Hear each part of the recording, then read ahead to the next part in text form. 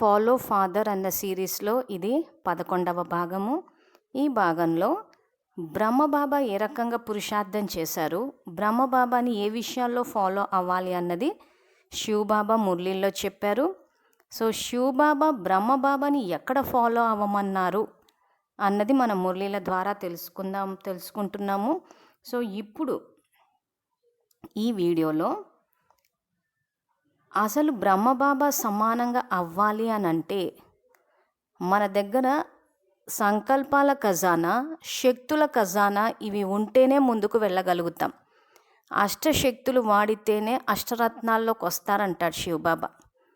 So ఇప్పుడు మనం సంవత్సరాల తరబడి జ్ఞానంలో ఉన్నా కానీ ఎందుకు మన స్థితి పెరగలేదు, ఎందుకు ఇంకా అలజడిలోకి వెళ్ళిపోతున్నాము, ఎందుకు ఇంకా ఆవేశాలు, కోపాలు ఇవన్నీ వస్తున్నాయి అని అంటే మన ఆలోచన విధానాన్ని సరిదిద్దలేదు. యోగం యోగం యోగం అని చెప్పి గంటల తరబడి చేసేస్తూ పోతున్నారు. అసలు 1 సెకండ్లో బాబాకి కనెక్ట్ అవుతారు సంకల్పం ద్వారా. 1 సెకండ్లోనే బాబా పవర్ హౌస్ కాబట్టి ఆత్మలోకి శక్తి వస్తుంది. ఆ శక్తి వచ్చిన తర్వాత ఆ శక్తి ద్వారా సమర్థ సంకల్పాలు చేస్తే ఆత్మ శక్తిని సంతరించుకుంటుంది. ఆ తర్వాత వ్యర్థం సమాప్తి అయిపోతుంది. అంటే ఆత్మ అన్న మొదటి పాఠాన్ని ప్రాక్టికల్ లైఫ్లోకి తెమ్మంటున్నారు. సో బ్రహ్మబాబా ఆత్మ అన్న మొదటి పాఠాన్ని ఎలా ప్రాక్టికల్ లైఫ్లోకి తెచ్చారో అది తెలుసుకుందాము. దాని ముందు మనము మన వ్యర్థాన్ని సమాప్తి చేసుకుని సమర్థ సంకల్పాల ఖజానాని ఎలా వాడాలి, శక్తులు ఎలా వాడాలి అంటే ముందు మనము బాబా చెప్పిన రివైజ్ కోర్స్ ఏదైతే ఉందో దాన్ని చదవాలి. ఇక్కడ భాషాపరంగా మనము సాకార మురళి, అవ్యక్త మురళి అని చెప్పి మాట్లాడడం వల్ల చాలామందిలో కన్ఫ్యూజన్ వచ్చేసింది. ఏమన్నంటే బ్రహ్మబాబా సాకార మురళి చదివారు, అవ్యక్త మురళి చదివి నంబర్ 1 అయ్యారా అని. సో ఇక్కడ సాకార మురళి, అవ్యక్త మురళి 2 మురళీలు చెప్పింది శివబాబానే. కానీ ఈ పదజాలం ఏదైతే ఉందో సాకార మురళి, అవ్యక్త మురళి అన్న పదాలని మనం పుట్టించాం. అంటే భాషాపరంగా మన కన్వీనియన్స్ కోసం, అంటే మన అండర్స్టాండింగ్, అంటే మనకు అర్థం అవ్వడం కోసం అని చెప్పి బ్రహ్మబాబా సాకారంలో ఉన్నప్పుడు సాకార మురళి అని, బ్రహ్మబాబా అవ్యక్తమైన తర్వాత అవ్యక్త మురళి అని మనం అంటున్నామే కానీ శివబాబా అనటం లేదు. సో దీనివల్లనే చాలా కన్ఫ్యూజన్ వచ్చిందని ఈ మధ్య విద్యార్థులతో మాట్లాడుతుంటే తెలుస్తుంది. సో మౌంట్ అబు నుంచి సాకారం మురళి అది వచ్చేసరికి అదే మురళి చదువుకోవాలని చెప్పి విద్యార్థులు శివబాబా శ్రీమతాన్ని ఉల్లంఘిస్తున్నారు. సో ఎక్కడ శ్రీమతాన్ని ఉల్లంఘిస్తున్నారా అని చెప్పి మురళి రెఫరెన్స్లు ఇచ్చి రుజువులతో సహా చూపిస్తున్నాము. విద్యార్థులందరూ మీ దగ్గర పుస్తకాలు ఉన్నాయి కాబట్టి ఒకసారి తీసి చూసుకోండి. లేదు అనుకుంటే మౌంట్ అబు నుంచి వచ్చే హిందీ మురళీలు ఏవైతుంటాయో అవి కూడా తీసి చూసుకోండి. రుజువులు చూసిన తర్వాత మనం ఇక్కడ శివబాబాని నమ్మాలి. అందరూ ఏం చేస్తున్నారా అని చెప్పి అందరూ చేసేది చేసి పరమతాలు గనక పాటిస్తే పరమతాల్లోకి వెళ్ళిపోతాం. మనం పాటించాల్సింది శివబాబా చెప్పిన శ్రీమతాన్ని. సో ఇంతకీ శివబాబా ఏం చెప్తున్నారా అన్నది ఈ 26 జూన్ 1969 1969 జూన్ నెల 26వ తారీఖు రివైజ్ మురళి. విద్యార్థుల్లో ఉన్న కన్ఫ్యూజన్ని చూసి మేము కూడా శివబాబా వాడే పదాన్నే వాడుతున్నాము. సో ఇక్కడ ఇది రివైజ్ కోర్స్ డేట్ ఇది. సో ఈ మురళిలో పేజ్ నంబర్ 48. ఈ మురళిలో శివబాబా ఏమంటున్నారంటే ఇప్పుడు చదువు పూర్తయిపోయింది, ఇక ఒక కార్యం మిగిలి ఉంది, వెంట తీసుకువెళ్ళే కార్యం. అందువలన ఇప్పుడు కేవలం కలుసుకోవడానికి, అవ్యక్త శిక్షణల ద్వారా సంతోషపరచడానికి మరియు ఎగిరింప చేయటానికి వస్తున్నారు. చదువు యొక్క పాయింట్స్, చదువు యొక్క రూపం ఇప్పుడు నడవదు. ఇప్పుడు కోర్సు రివైజ్ అవుతుంది. కానీ ఎంత సమయంలో రివైజ్ చేస్తారు, ఎంతవరకు కోర్సు పూర్తయింది, ఇప్పుడు ఎంతవరకు రివైజ్ కోర్స్ అయింది అని అందరూ నిర్ణయించుకోవాలి. ఎంత సమయం ఇప్పుడు కావాలి.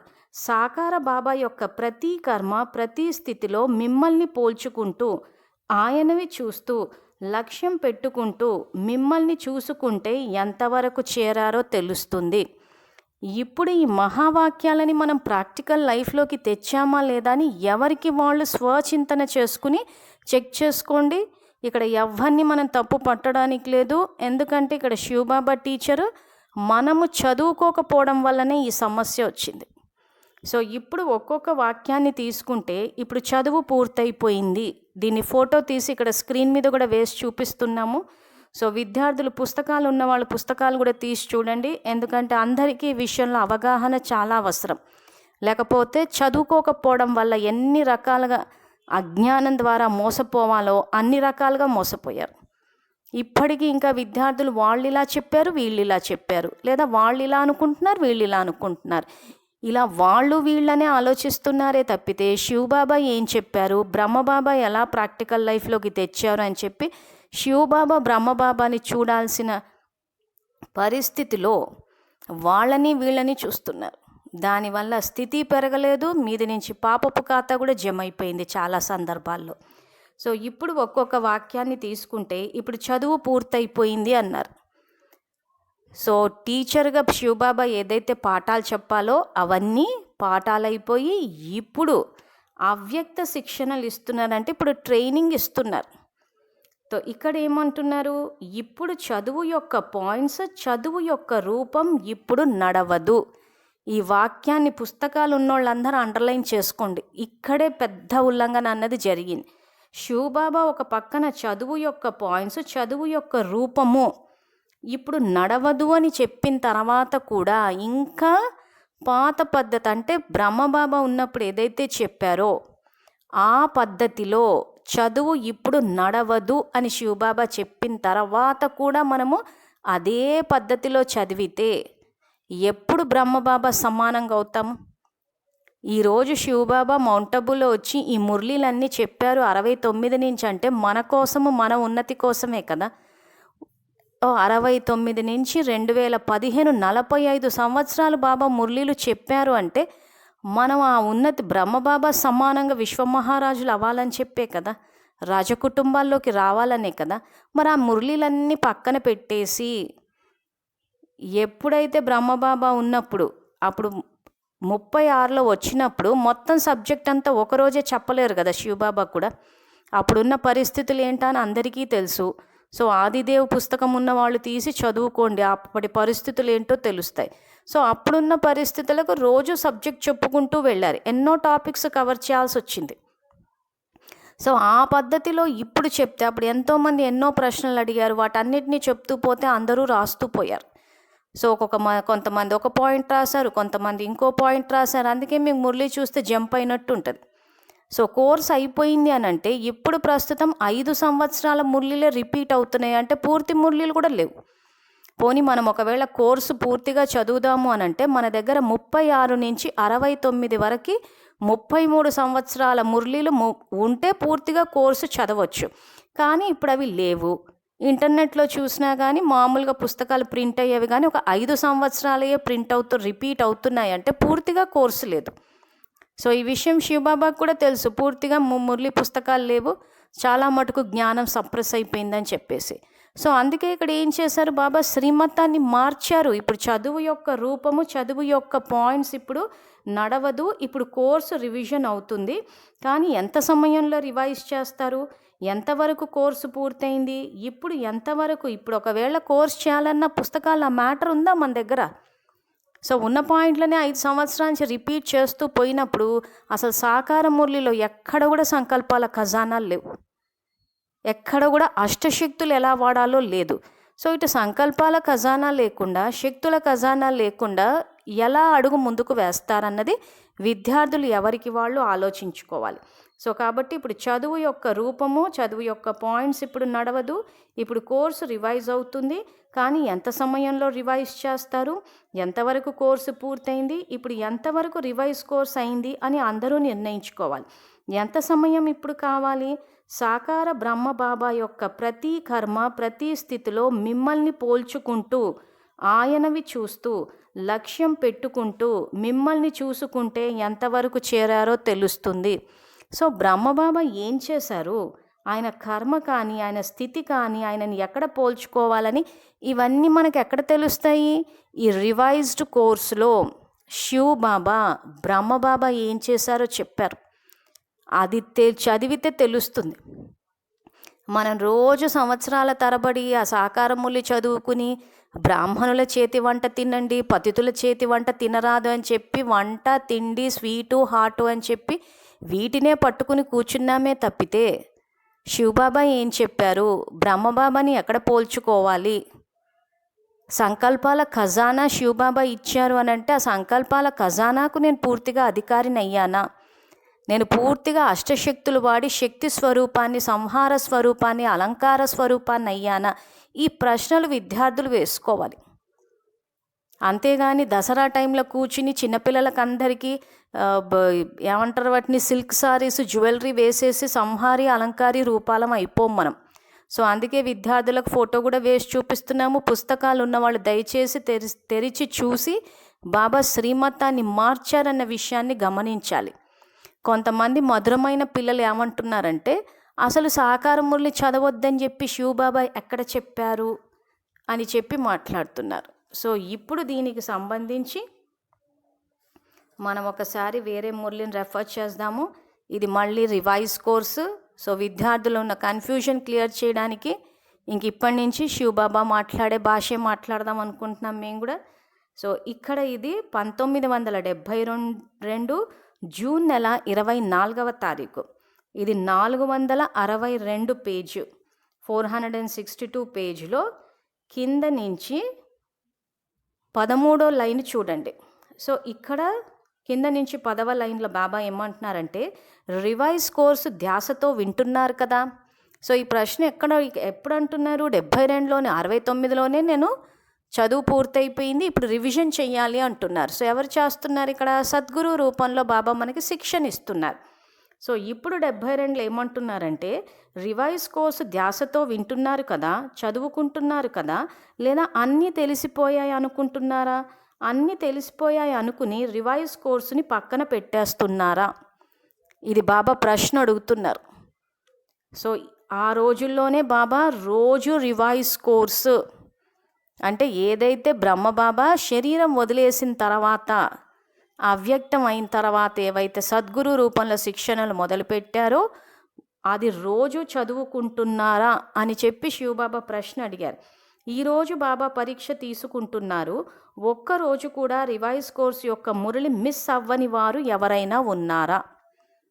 సో ఈ రకంగా బాబా స్టేజ్ మీద వచ్చి ప్రశ్న అడిగినప్పుడు మరి ఎదురుగా ఫస్ట్ రోల్ అంతా మౌంటబులో ఉన్న పెద్దలే కూర్చుని ఉంటారు, అంతా సరెండర్ వీళ్ళంతా కూర్చుని ఉన్నప్పుడు శివబాబా ఈ రకంగా రోజు అవ్యక్త మురళి చదువుకోమని చెప్పి 69లోనే చెప్పారు. ఆ తర్వాత చాలా చోట్ల కోర్సు రివైజ్ అవుతుంది అని చెప్పారు.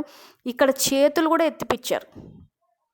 సో అందుకే ఒక్కరోజు కూడా రివైజ్ కోర్సు యొక్క మురళి మిస్ అవ్వని వారు ఎవరైనా ఉన్నారా?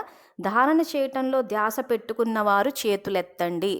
మరి ఆ రోజు ఆయన నేను ఇలా రోజు చదువుకోమని చెప్పానని చెప్పి చేతులు ఎత్తమంటే మరి పెద్దవాళ్ళంతా ఎత్తారో లేరో నాకైతే తెలీదు. కానీ బాబా మాత్రం రోజు రివైజ్ కోర్స్. సో మన వాడుక భాషలో ఏదైతే అవ్యక్త మురళీలు అంటున్నారో ఆ మురళీలు రోజు చదువుకోమని అంటున్నారు. సో సాకార మురళి చదవద్దు అని ఎక్కడ చెప్పారని ఏదైతే మధురమైన పిల్లలు మాట్లాడుతున్నారో, సో ఈ మధురమైన పిల్లలకి బాబా ఏమంటున్నారంటే ఈ వాక్యాల కిందే చూసుకోండి. రావటం వెళ్ళటంలో మురళి మిస్ చేస్తున్నారా, లేదా చదువుకుంటున్నారా, మిస్ అయిపోతున్నారా, లేదా జ్ఞానమంతా తెలిసిపోయింది అనుకుంటున్నారా? భలే మీరు తెలుసుకున్నారు, కానీ ఇప్పుడు ఇంకా తెలుసుకోవలసినవి ఉండిపోయాయి.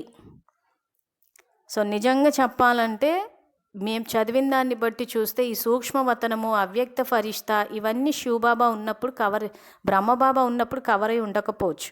ఎందుకంటే 69 మురళీలు అన్నీ చదివి చూస్తే సూక్ష్మవతనం గురించి 69 నుంచి చెప్పడం మొదలుపెట్టారు. ఎందుకంటే అసలు ఆయన శరీరం వదిలేస్తారు, సూక్ష్మవతనానికి వెళ్తారు, ఫరిష్తా రూపంలో సేవ ఎలా చేయాలి ఏంటా అని చెప్పి అంత సిస్టమాటిక్ వేలో, అంటే సంకల్పాలు ఈ రకంగా భావించండి, ఈ రకంగా ఆలోచించకండి అని అంతా ఒక టాపిక్ వైజ్, ఒక పాయింట్ వైజ్ చెప్తూ వెళ్ళారు. సో అందుకే ఇక్కడ శివబాబానే అంటున్నారు, భలే మీరు తెలుసుకున్నారు, కానీ ఇప్పుడు ఇంకా తెలుసుకోవాల్సినవి ఉండిపోయాయి, కాబట్టి రివైజ్ కోర్స్ చెయ్యండి అంటున్నాడు. సో ఇక్కడ బ్రహ్మబాబాకి చెప్పినప్పుడు ఆయన డైరెక్ట్గానే క్యాచ్ చేసి అర్థం చేసుకుని ఉంటారు, కానీ మనకు చాలా విషయాలు అర్థం కావట్లేదు కాబట్టి బాబా విడదీసి మరీ చెప్తున్నారు. సో కాబట్టి ఇంకా ఇప్పుడు తెలుసుకోవాల్సినవి ఉండిపోయాయి అన్నప్పుడు మనం రివైజ్ కోర్సు చదవాలా వద్దా? మంచిగా రివైజ్ కోర్సు రివైజ్ చేసుకుంటే స్వయం కూడా అనుభవం చేసుకోగలరు. సో ఈరోజు మనం అనుభవీలు అవ్వాలి అని అంటే బాబా రివైజ్ కోర్స్ చేయండి అని చెప్తున్నారు. సో మనం ఆయన శ్రీమతాన్ని ఉల్లంఘించాం కాబట్టి మనకు అనుభవం అన్నది జరగలేదు చాలామందికి. తర్వాత రివైజ్ కోర్స్ చేస్తున్నప్పుడు ఈ మురళిలు పాతగా అనిపిస్తున్నాయా, కొత్తగా అనిపిస్తున్నాయా? కొత్త వారికి కొత్త విషయాలుగా అనిపిస్తాయి, కానీ పాత వారికి రివైజ్ కోర్సు ద్వారా ఏమి అనుభవం అవుతుంది? కొత్తగా అనిపిస్తున్నాయా? రివైజ్ కోర్స్ అనేది డ్రామానుసారం ఎందుకు జరుగుతుంది? ఇది కూడా డ్రామాలో నిర్ణయించబడిన పాత్ర. రివైజ్ ఎందుకు చేస్తారు అని ప్రశ్న అడుగుతున్నారు. సో ఇక్కడ పాత వాళ్ళు అంటే 72లో చెప్పారు అంటే బ్రహ్మబాబాతో ఉన్న వాళ్ళంతా ఇది ఆల్రెడీ కోర్స్ చేసేసారు. వాళ్ళు బ్రహ్మబాబా ఉన్నప్పుడే చెప్పారు కాబట్టి వాళ్ళు ఆయనతో ఉన్నారు కాబట్టి వాళ్ళు అప్పుడే వినేశారు. సో విన్న వాళ్ళ అనుభవం ఏంటి అంటున్నారు. సో కొత్త వాళ్ళకి ఇవి కొత్త వారికి కొత్త విషయాలుగా అనిపిస్తాయి అంటే తర్వాత వచ్చిన వాళ్ళకి జ్ఞానంలో అంటే మనలాంటి వాళ్ళకి. సో పాత వారికి రివైజ్ కోర్సు ద్వారా ఏమి అనుభవం అవుతుంది? సో పాత వాళ్ళకు కూడా ఎందుకు ఈ మురళీలు వినమని చెప్తున్నారు అని అంటే రివైజ్ ఎందుకు చేస్తారు అని బాబా ప్రశ్న అడిగి, ధ్యాస తక్కువ అయిపోయినప్పుడు, స్మృతి తక్కువ అయిపోయినప్పుడు మాటి మాటికి రివైజ్ చేయిస్తారు. సో ఇప్పుడు మనం ఉదాహరణకి మన 10th క్లాసే కనుక తీసుకుంటే స్కూల్లో ఉన్నప్పుడు సంవత్సరం అంతా ఏ పాఠాలైతే చదువుతామో వాటిని ఫిబ్రవరి నెలలో మనం రివైజ్ చేస్తాం. సో రివైజ్ చేసేటప్పుడు ఏం చేస్తాము? సంవత్సరం అంతా చదివిన పాఠాలే రివైజ్ చేస్తాం, కానీ సంవత్సరం అంతా ఒక పాఠాలు చదువుకుని ఫిబ్రవరి నెలలో ఇంకోటి రివైజ్ చెయ్యం. సో రివిజన్ ఎందుకు చేస్తాము? మనం సంవత్సరం అంతా చదువుకున్న పాఠాలని గుర్తుపెట్టుకుని పరీక్షలు రాసి పాస్ అవ్వడానికి. సో కాబట్టి ఏదైతే ఇప్పుడు ఈ మధురమైన పిల్లలు సాకార మురళి చదవద్దు అని బాబా ఎక్కడ చెప్పారు అని అంటే ఇక్కడ ఈ వాక్యాల తర్వాత చెప్పారు. సో కొత్త వారికైనా పాత వారికైనా రివైజ్ కోర్సే అంటున్నారు. సో అది ఏంటో కూడా తెలుసుకుందాం మనము. ధ్యాస తక్కువ అయిపోయినప్పుడు, స్మృతి తక్కువ అయిపోయినప్పుడు మాటి మాటికి రివైజ్ చేయిస్తారు. ఇక్కడ కూడా రివైజ్ కోర్స్ నడుస్తుంది. మీరు ఇంకా ప్రత్యక్షంలోకి రాలేదు. ఎంత విన్నారో, ఎంత ఇతరులకు వినిపిస్తున్నారో అంత ప్రత్యక్ష శక్తి మీలో నింపుకోలేదు. అందువలన బాబా శక్తిశాలిగా తయారు చేసేటందుకు ఈ కోర్సు చెప్తున్నారు. సో ఈరోజు మనం శక్తిశాలిగా అవ్వాలి అని అంటే ఖచ్చితంగా ఈ రివైజ్ కోర్స్ చేయాల్సిందే. మనం ఆయన శ్రీమతాన్ని ఉల్లంఘించి రివైజ్ కోర్సు చేయకుండా కోర్సు దగ్గరే ఆగిపోయాము. ఆ కోర్సు కూడా అక్కడ మ్యాటరే లేదు అసలు సాకారం మురళిలు కానీ వాటికి కంపేర్ చేస్తూస్తే అసలు చాలా టాపిక్స్ ఉంటూనే ఉండవు అసలు. కానీ యాక్చువల్గా అక్కడ శివబాబా కవర్ చేసే ఉంటాడు కదా. సో కాబట్టి ఇక్కడ అందువలనే బాబా శక్తిశాలిగా తయారు చేసేటందుకు ఈ కోర్సు చెప్తున్నారు. పాత వారిని శక్తిశాలిగా చేసేటందుకు, కొత్త వారిని శక్తిశాలిగా తయారు చేయటంతో పాటు తమ పూర్తి హక్కు తీసుకునేటందుకు ఈ రివైజ్డ్ కోర్సు బాబా నడిపిస్తున్నారు. కనుక ఇప్పుడు ఈ లోపాన్ని నింపుకునేటందుకు ధ్యాస పెట్టుకుని మాటి మాటికి రివైజ్ చేసుకుంటూ ఉండండి. సో ఏ లోపాన్ని సరిదిద్దుకోవడానికి? ధ్యాస తక్కువైంది, శృతి తక్కువైపోవడం వల్ల శక్తి తగ్గిపోయింది. ఇంకా శక్తే తగ్గిపోతే ఇంకా స్వపరివర్తన, విశ్వపరివర్తన ఏం చేస్తాము? సో ఈ లోపాన్ని సరిదిద్దుకోవడానికి ఈ రివైజ్డ్ కోర్సు ధ్యాస పెట్టుకుని మాటి మాటికి రివైజ్ చేసుకుంటూ ఉండండి. రివైజ్డ్ కోర్సు ద్వారా ఏదైతే స్వభావ సంస్కారాలను పరివర్తన చేసుకోవాలనుకుంటున్నారో అది పరివర్తన అవ్వాలి. సో ఇది బాబా మనకి రివైజ్ కోర్సు గురించి చెప్పిన మురళి. ఆ తర్వాత లేదు, అందరూ ఇంకా సహకారమే పట్టుకుని కూర్చున్నారు కాబట్టి మేము అందరు చెప్పే మాటే వింటాం కానీ శివబాబా మాట వినము అని చెప్పి పరులు చెప్పే మతాన్ని పాటించి శ్రీమతాన్ని పాటించకపోతే అంతిమంలో ధర్మరాజు పాత్రలో బాబా అడిగే ప్రశ్న కూడా ఇదే ఉంటుంది. అప్పుడు మన రిజల్ట్ చూపించినప్పుడు అయ్యో బాబా నాకు ఈ విషయాలే తెలీదు, అసలు ముందుకెళ్ళాలంటే సంకల్పాల ఖజానా, శక్తుల ఖజానా ఇవి వాడాలన్న విషయమే, అసలు ఖజానాలు ఉన్నాయన్న విషయమే నాకు తెలీదు. నేను రోజు మౌంట్ అబూ నుంచి మురళి వచ్చింది కాబట్టి మా మురళి పట్టుకుని కూర్చున్నాను, మరి నాకు అందులో సంకల్పాలు కనిపించలేదు, శక్తులు ఎలా వాడాలో కనిపించలేదు అన్నదే మన వాదన ఉంటుంది ఆ రోజు. ఎందుకంటే రిజల్ట్ చూపిస్తే ఫెయిల్ అయ్యామని తెలుస్తుంది. ఎందుకు ఫెయిల్ అయ్యాము? పాఠాలు రివైజ్ చేసుకోలేదు కాబట్టి. పాఠాలు రివిజన్ చేసేదే అక్కడ ఎగ్జాములు పాస్ అవ్వడానికి. సో మనం రివిజనే లేదు అసలు. సో ఈ రకంగా మన వాదనని పెట్టినప్పుడు అప్పుడు ధర్మరాజుగా శివబాబా చెప్పే డైలాగులు ఏంటా అన్నది 24th అక్టోబర్ 1975 మురళిలో చూద్దాము. బాబ్దాదా పిల్లలందరినీ చూస్తున్నారు. ప్రతి ఒక్కరూ ఇక్కడికి వచ్చి కోర్సు చేశారా? కోర్సు తర్వాత రివైజ్డ్ కోర్సు నడిచింది.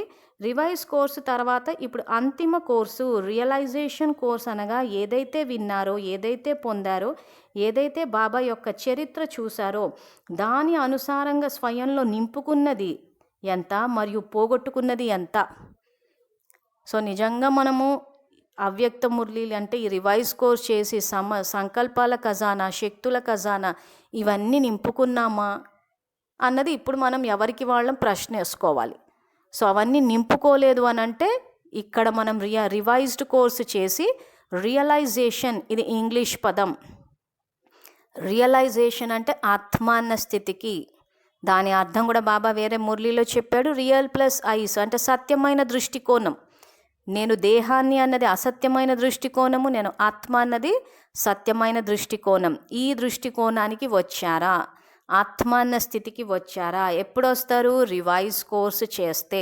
మనం అది చెయ్యలేదు కాబట్టే మనము ఆత్మాన్న స్థితిలోకి రాలేకపోయి దేహం అన్న స్థితిలో ఉండి ఇంకా దేహ నియమాలే పాటిస్తూ కూర్చున్నాము, మరజీవ జన్మ తీసుకున్నామన్న విషయమే మర్చిపోయాం. మనం గనక మరజీవ జన్మ తీసుకుని ఆత్మిక పిల్లలం బ్రాహ్మణులమైతే శివబాబా మాట వినుండేవాళ్ళము. మనం ఇంకా దేహం అన్న స్థితిలోనే ఉన్నాం కాబట్టి దేహదారులు చెప్పే మతాలని పాటిస్తున్నాం. సో నష్టం ఎవరికి ఇక్కడ? శివబాబాకైతే కాదు. సో విద్యార్థులు ఒక్కసారి ఆలోచించండి. మురళీలు డేట్లు చెప్పాం, ఇక్కడ ప్రతిదీ ఫోటోలు కూడా వేసి చూపిస్తున్నాం కాబట్టి కొంత వివేకాన్ని వాడి రోజు ఇంకా రివైజ్ కోర్స్ చేయండి. మీరు రివైజ్ కోర్స్ చేస్తే అందులో సంకల్పాల ఖజానా, శక్తుల ఖజానాలు రెండూ ఉన్నాయి కాబట్టి వాటిని ప్రాక్టికల్ లైఫ్లోకి తీసుకువస్తే బాబా చెప్పినట్టు శక్తిశాలిగా బ్రహ్మబాబా సమానంగా కూడా అవుతారు. సో కేవలం వినేవారిగా అయ్యారా, లేక సంపన్నంగా తయారయ్యారా, సమర్థంగా అయ్యారా, లేక కేవలం ఇతర శ్రేష్టాత్మల యొక్క లేదా బాబ్దాద యొక్క గుణగానం చేసేవారిగా అయ్యారా? జ్ఞాన స్వరూపంగా, స్మృతి స్వరూపంగా, దివ్యగుణ సంపన్న స్వరూపంగా మరియు సదా సేవాదారి స్వరూపంగా అయ్యారా, లేక వీటన్నిటినీ కేవలం స్మరించేవారిగా అయ్యారా? సో ఈ ప్రశ్నలన్నిటికీ ఇంకా విద్యార్థులు ఎవరికి వాళ్ళు సమాధానం చెప్పుకోవాలి బాబాకి. జ్ఞానం చాలా ఉన్నతమైనది, యోగం చాలా శ్రేష్టమైనది, దివ్యగుణ ధారణ చేయటం అవసరం మరియు సేవ చేయటం బ్రాహ్మణుడైన నా యొక్క కర్తవ్యం. ఈ విధంగా కేవలం స్మరణ చేసేవారిగా అయ్యారా, లేక స్వరూపంగా కూడా తయారయ్యారా? ఈ విధంగా మిమ్మల్ని మీరు అనుభూతి చెందాలి. ఇదే అంతిమ కోర్సు. సో అంతిమ కోర్సు అన్నది ఆ రకంగా మనం అనుభూతి చెందడం కోసం చదవవలసిన కోర్సు ఇది. దీన్ని పక్కన పెట్టేసి దేహదారులు ఏదైతే చెప్తే అదే వింటూ పోతే మాత్రం బ్రహ్మబాబా సమానంగా అవడం అన్నదైతే అది సాధ్యమా కాదా అన్నది ఇంకెవరికి వాళ్ళు ఆలోచించుకోవాలి. ఇప్పుడు బ్రహ్మబాబా ఏం పురుషార్థం చేశారా అన్నది ఇక్కడ 18th January 1997. సో ఇందులో శివబాబా చెప్పారు. సో ఇది యాక్చువల్గా మురళి పెద్దగా ఉంది, కానీ ఇప్పుడు ఈ బ్రహ్మబాబాని ఎక్కడ ఫాలో అవ్వాలి, ఆయన సమానంగా ఎలా అవ్వాలన్నదే ఇక్కడ మన పాఠం యొక్క శీర్షిక. కాబట్టి ఇక్కడ శివబాబా బ్రహ్మబాబా గురించి ఏం చెప్తున్నారంటే, బ్రహ్మబాబా ఆది నుండి ఆత్మ యొక్క పాఠం ఎంత గట్టిగా చేసుకున్నారు. గోడలపై కూడా నేను ఆత్మ, పరివారం వారు ఆత్మలు, ఒక్కొక్కరి పేరుతో గోడలపై ఈ పాఠం పక్కా చేసుకున్నారు. డైరీలు కూడా నింపారు, నేను ఆత్మను, వీరు కూడా ఆత్మ అని. ఆత్మ యొక్క పాఠాన్ని ఇంత గట్టిగా చేసుకున్నారా? సో ఇక్కడ ఎవరిని చూసినా కానీ నేను శ్రేష్టాత్మ, మనం ఈశ్వరీయ మర్యాదలన్న మురళిలో చదువుకున్నాం. నేను శ్రేష్టాత్మ, వీరు శ్రేష్ఠ బాబా యొక్క శ్రేష్టాత్మలు. ఇలా ఎవరిని చూసినా జ్ఞాన నేత్రం ద్వారా చూడాలి అన్నది నేర్చుకున్నాం. సో దాన్ని బ్రహ్మబాబా ఫాలో అయ్యారు. సో ఆ రకంగా ఆత్మాన్న పాఠాన్ని పక్కా చేసుకున్నారు. నేను సేవాధారిని, ఈ పాఠం పక్కా చేసుకుంటున్నారు. కానీ నేను ఆత్మ, సేవాధారిని ఇలా స్మృతి ఉంటే జీవన్ముక్తులుగా అయిపోతారు. రోజు శరీరంలోకి పైనుండి అవతరించిన నేను అవతారాన్ని, ఈ శరీరంలో అవతరించిన ఆత్మను ఇలా భావించడం ద్వారా ఇక యుద్ధం చేయవలసిన అవసరం ఉండదు. ఆత్మ బిందువు కదా, కనుక అన్ని విషయాలలో బిందువు పెట్టగలరు. ఎటువంటి ఆత్మను ఇలా రోజు ఒక కొత్త టైటిల్ స్మృతిలో ఉంచుకోండి. నేను ఈ విధమైన శ్రేష్ఠ ఆత్మని అని. సహజమా లేక కష్టమా? శివబాబా చెప్పిన విధిని పాటించకపోవడం వల్ల మాకు యోగం కుదరట్లేదు, స్థితి పైకి కిందికి అవుతుంది. సో విద్యార్థులందరూ కూర్చుని యోగం అని చెప్పి బ్రహ్మబాబా బ్రుకుటి మధ్యస్థానంలో చూస్తూ కూర్చున్నాం అంటున్నారు. చాలామంది వాచా ద్వారా ఏదైతే బాబా బాబా అని అంటున్నారో, అసలు ఇంతకు బాబా అంటే మీ ఉద్దేశం ఏంటని అడిగితే బ్రహ్మ బాబా అంటున్నారు. యాక్చువల్గా స్మృతిలో శివబాబా, కర్మలో బ్రహ్మబాబా. గంటల తరబడి బ్రహ్మబాబా భృకుటి మధ్యస్థానంలో చూస్తే ఏం జరుగుతుంది? ఇక్కడ ఆత్మ అన్న పాఠాన్ని కదా పక్కా చేయాల్సింది. పోనీ బ్రహ్మబాబా ఏమైనా ఇంకెవరైనా భృకుటి మధ్యస్థానంలో బ్రహ్మబాబా చూసారా? పోనీ ఆయన చూడలేదు కదా. సంకల్పం ద్వారా శివబాబా నుంచి శక్తి తీసుకుని ఆ తర్వాత శివబాబా చెప్పిన పాఠాలన్నీ ప్రాక్టికల్ లైఫ్లోకి తీసుకొచ్చారు. అందుకే ఈ వాక్యాలు ఏం చెప్తున్నారు? నేను ఆత్మ, పరివారం వారు ఆత్మలు అని ఎవరిని చూసినా జ్ఞాననేత్రం ద్వారా చూడడం అభ్యాసం చేసుకున్నారు. సో ఎవరిని చూస్తే ఏం ఆలోచించాలి, ఏమి మాట్లాడాలి, ఇవన్నీ శివబాబా ఏ రకంగా అయితే శిక్షణ ఇచ్చారో దాన్ని బ్రహ్మబాబా ఫాలో అవుతూ పోయారు. సో మనం కూడా శివబాబా మనకి ఏదైతే శిక్షణ ఇస్తున్నారో దాన్ని ఫాలో అవుతూ పోవాలి. అంతేగాని గంటల తరబడి కూర్చుని మా స్థితి నిలబడట్లేదు, చెయ్యట్లేదు అని అంటే ఇటు శివబాబా చెప్పిన పద్ధతి కాదది, బ్రహ్మబాబా చేసిన పద్ధతి కూడా కాదది. మరి ఇద్దరు బాబ్దాదా చెప్పనప్పుడు మనం ఎందుకు ఫాలో అవుతున్నాము? ఎందుకు ఫాలో అవుతున్నామంటే మనము రివైజ్డ్ కోర్స్ తీసి చదువుకోలేదు కాబట్టి. చదువు చదువు చదువు, ఇదే శివబాబా చెప్పేది. చదువు ద్వారానే మన స్థితి ఉన్నతంగా అవుతుంది, చదువు ద్వారానే మన పదవులు వస్తాయి అంటారు. ఈరోజు చదువు పక్కన పెట్టి ఇంకా కూలి వాళ్ళు చేసినట్టు పొద్దంతా స్వీటు హాటు. ఇది తప్పితే అసలు సమయాన్ని చదువు కోసం వాడుకున్నామా?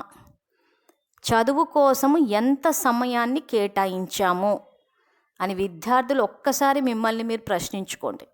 సంవత్సరాల తరబడి సాకారం మురళి అని చెప్పి చదువుతూ పోయారు. ఎవరి దగ్గర సంకల్పాల ఖజానా లేదు.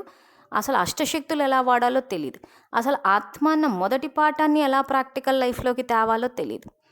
సో ఇక్కడ ఆత్మ అన్న పాఠాన్ని ప్రాక్టికల్ లైఫ్లోకి తేవడం అంటే ఆత్మ అన్న స్థితిలో ఉండి ఆలోచించడము, మాట్లాడడం, కర్మలు ఆచరించం.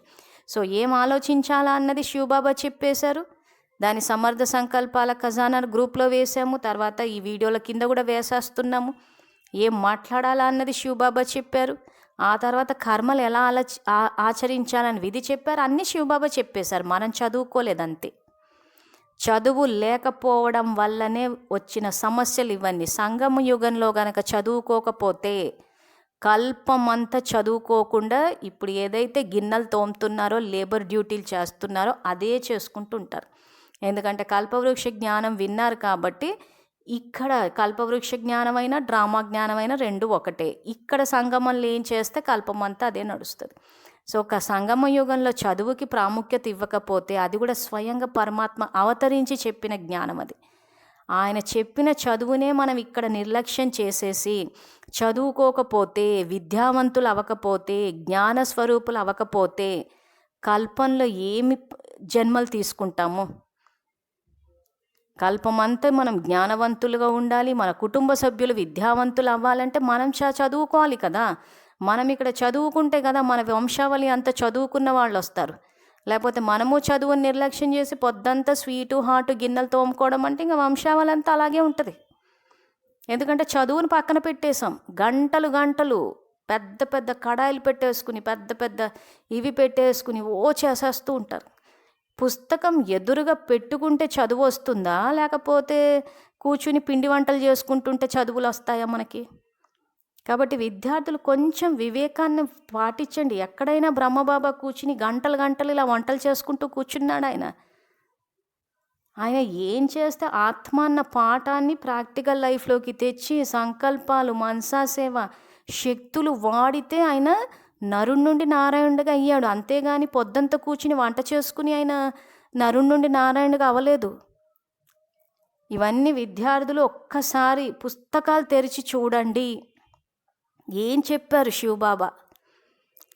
సంకల్పాల గురించి చెప్పారా, లేక పొద్దంతా కూర్చుని సమయాన్నంతా ఇంటి గృహస్థులో ఉండి చేయనీకి శరీరం యొక్క మెయింటెనెన్స్ కోసము వండుకుంటాము, ఆ తర్వాత సంపాదించుకుంటాం.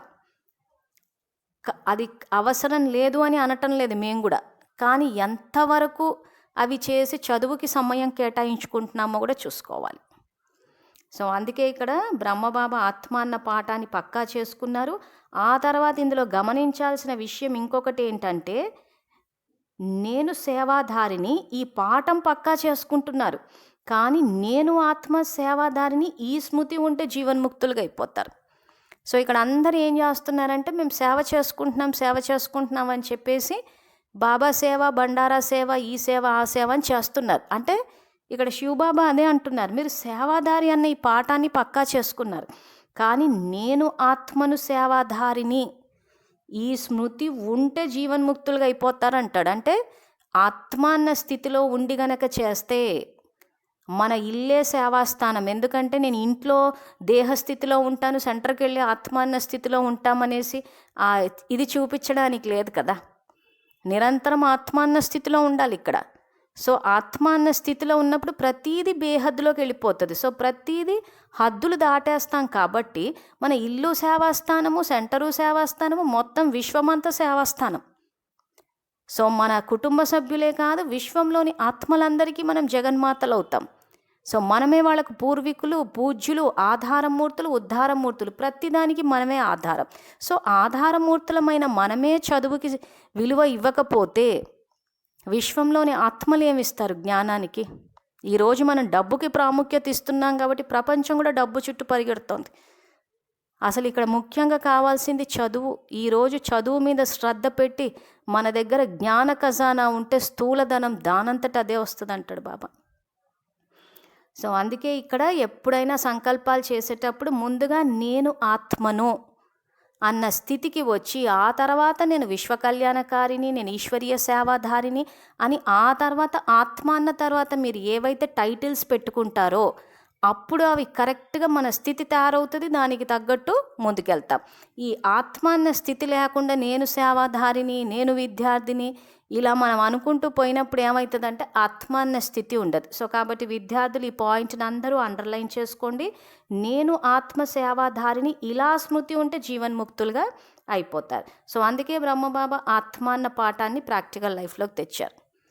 సో దాన్నే శివబాబా ఇక్కడ మళ్ళీ నేను సేవాధారిని అని కాదు, నేను ఆత్మ సేవాధారిని. అందుకే మేము సంకల్పాలు రాసేటప్పుడు కూడా నేను అన్న చోట కూడా ఏమంటారంటే నేను అనగానే ఆత్మ అన్నది మీకు గుర్తుండిపోవాలి. సో నేను ఆత్మని, ఆ తర్వాత మీరు ఏ టైటిల్స్ ఇస్తే అవన్నీ ఆ స్థితి మనకి ఎమర్జ్ అవుతూ ఉంటుంది. ఆ తర్వాత ఇంకేమంటున్నారు, రోజు శరీరంలోకి పైనుండి అవతరించిన నేను అవతారాన్ని, నేను ఈశ్వరీయ సేవ కోసమై ఈ భూమిపై అవతరించిన శ్రేష్ఠ బ్రాహ్మణాత్మను, నేను ఈశ్వరీయ సేవ కోసమై ఈ భూమిపై అవతరించిన అవ్యక్త ఫరిష్తాను అన్న ఈ సంకల్పాలు చాలా చోట్లోనే. ఇక్కడైతే ఇది నేను అవతారాన్ని ఒకటే ఉంది, చాలా సందర్భాల్లో శివబాబా చెప్పారు. సో ఎందుకు ఆ రకంగా చెప్తున్నారు? మనం ఉండేది రాత్రి పడుకునేటప్పుడు పరంధామంలో పడుకుంటాము, బాబా సాంగత్యంలో ఉంటాం. ఉదయం లేవగానే బాబా స్మృతిలో బాబాకి కనెక్ట్ అవుతాం. వెంటనే ఒక్క సెకండ్లో శక్తి వచ్చేస్తుంది. వచ్చిన తర్వాత ఇంకా సేవ కోసం కిందికి దిగిపోవాలి, అంతేగాని మళ్ళీ కింద భూమి నుంచి పరంధామానికి వెళ్ళరు. చాలామంది ఇప్పటికి కూడా పైకి వెళ్ళి అక్కడి నుంచి మేము శక్తి తెచ్చుకున్నామండి అంటారు. అసలు ఉండేదే మనము మరజీవ జన్మ తీసుకున్న ఆత్మిక పిల్లలము. సో ఆత్మిక పిల్లలు పరమాత్మతోటి ఇంట్లో ఉంటారు కదా. సో ఇవన్నీ గుర్తుపెట్టుకోవాల్సిన విషయాలు, చిన్న విషయాలే కానీ ట్రై చేసి చూస్తే చాలా మన స్థితిలో తేడా వస్తుంది. సో అందుకే ఇక్కడ కూడా బ్రహ్మబాబా ఏం ప్రాక్టీస్ చేశారు? నేను ఆత్మనన్నది ప్రాక్టీస్ చేశారు. ఆ తర్వాత నేను అవతరించిన ఆత్మను, నేను ఈశ్వరీయ సేవ కోసం అవతరించాను అంటే ఇది అవతరిత జన్మ, అంటే మరజీవ జన్మ. మనం ఏంటంటే ఇంకా దేహం వైపే ఉండిపోవడం వల్ల కింది నుంచి పైకి వెళ్తున్నాం, సాకార లోకం నుంచి పరంధామానికి దేహస్థితి వల్ల. కానీ మరజీవ జన్మ తీసేసుకున్నాం, దేహాన్ని యజ్ఞంలో సమర్పణ చేసేసాం. ఇప్పుడు మనం ఆత్మిక పిల్లలము, మనం అన్ని ఆత్మిక సంబంధాలు, స్నేహ సంబంధాలు, సమాన సంబంధాలు, సేవా సంబంధాలు.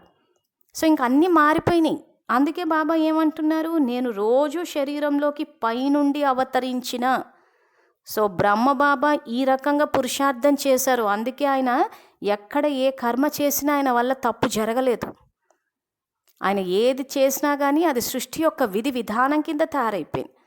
సో ఆ రకంగా శివబాబాని ఫాలో అయినప్పుడు శ్రేష్ఠ విధి విధానాలు తయారవుతాయి. కాబట్టి సత్య త్రేత ఇంచుమించు ద్వాపరం వరకు అన్నీ కరెక్ట్గానే ఉంటాయి. ఎక్కడైతే ఈ శివబాబాని చెప్పిన శ్రీమతాన్ని ఉల్లంఘించి పూర్తిగా ప్రతీది దేహానికి వర్తింప చేసుకుని దేహం యొక్క అర్థాలు తీసేసుకున్నారో అప్పుడే ఈ కలియుగం స్టార్ట్ అయింది. సో అన్నిటికీ ఆధారం, ఏ యుగానికైనా ఆధారం ఎవరంటే మనమే. సో ఏ విధి విధానానికైతే మనం పునాది వేస్తామో దానికి మనమే అక్కడ ప్రాప్తుల్ని తీసుకోవాలి. శ్రేష్ఠ విధి విధానాలకి మనమే ప్రాప్తులు పొందుతాము. ఆ తర్వాత బాబా శ్రీమతానికి వ్యతిరేకంగా ఇప్పుడు ఈరోజు ఇక కలియుగమే గనక చూస్తే శాస్త్రాలు అన్నిటి అర్థాలు మారిపోయినాయి. ఎందుకు మారిపోయినాయి? ఇప్పుడు మన విద్యాలయంలో శివబాబా చెప్పిన దాన్ని ప్రతీది స్థూలానికి తీసుకుని జ్ఞానాన్నంతా సప్రెస్ చేసేసి వేరే అర్థాలు తీసేశారు. కాబట్టి అదే లౌకికంలోకి వచ్చి వాళ్ళు కూడా శాస్త్రాల అర్థాలు మార్చేశారు. సో ఇప్పుడు ఇవన్నీ సరిదిద్దుకోవాల్సిన విషయాలు. ఎందుకంటే నష్టపోయేది శివబాబా బ్రహ్మబాబా కాదు, మనమే. సో అన్ని రుజువులతో సహా చూపిస్తున్నాం కాబట్టి విద్యార్థులు పుస్తకాలు తీసుకుని చూసి కొంత వివేకాన్ని వాడుకుంటే బ్రహ్మబాబాని ఫాలో అయితే బ్రహ్మబాబా సమానంగా మొత్తం కల్పమంతా సుఖపడతాము. లేకపోతే ప్రతి నిమిషం పాపపు ఖాతా జమ చేసుకుని దుఃఖపడేది కూడా మనమే. సో కాబట్టి ఈ శరీరంలో అవతరించిన ఆత్మను ఇలా భావించడం ద్వారా ఇక యుద్ధం చేయవలసిన అవసరం ఉండదు. ఆత్మ బిందువు కదా, ఎందుకు యుద్ధం జరగదు? పైనుంచి అవతరించాం. ఏ రూపంలో? బిందు రూపంలో. సో బిందు రూపంలో అవతరించినప్పుడు ఏమవుతుంది? అన్ని సమర్థ సంకల్పాలే. కాబట్టి వ్యర్థానికి ఫుల్ స్టాప్ పడిపోతుంది. దీన్ని విద్యార్థులు అభ్యాసం చేసేటప్పుడు ఏం చేస్తున్నారంటే నేను బిందు బాబా బిందు, పొద్దంతలా నేను బిందు బాబా బిందు అని అనుకుంటూ కూర్చుని అది కూడా ఎప్పుడు కూర్చుని 2-3 గంటలు యోగం చేసినప్పుడు. యోగం ఏం చేశామన్న దానికి ఎంత ఇంపార్టెన్స్ ఉందో యోగం చేసిన తర్వాత ఏం ఆలోచించామన్నది కూడా చాలా ముఖ్యం ఇక్కడ.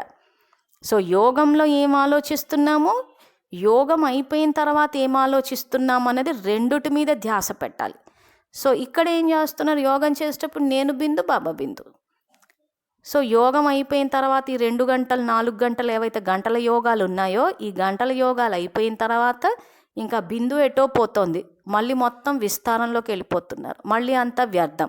సో యోగం అయిపోయిన తర్వాత ఏం చేయాలో కూడా చూసుకోవాలి కదా. అసలు యోగంలో ఏం చెయ్యాలి? సంకల్పాల ఖజానా ఏదైతే ఇస్తున్నారో దాన్ని అభ్యాసం చేయాలి. చేసి మన ఆలోచన విధానాన్ని సరిదిద్దుకుని యోగం అయిపోయిన తర్వాత కర్మక్షేత్రంలో వాడాలి. అప్పుడు వ్యర్థం పూర్తిగా సమాప్తి అయిపోతుంది. అందుకే ఆత్మ బిందువు కదా, కనుక అన్ని విషయాలలో బిందువు పెట్టగలరు. ఎటువంటి ఆత్మను ఇలా రోజు ఒక కొత్త టైటిల్ స్మృతిలో ఉంచుకోండి. నేను ఈ విధమైన శ్రేష్ఠ ఆత్మను అని సహజమా లేక కష్టమా అంటున్నాడు.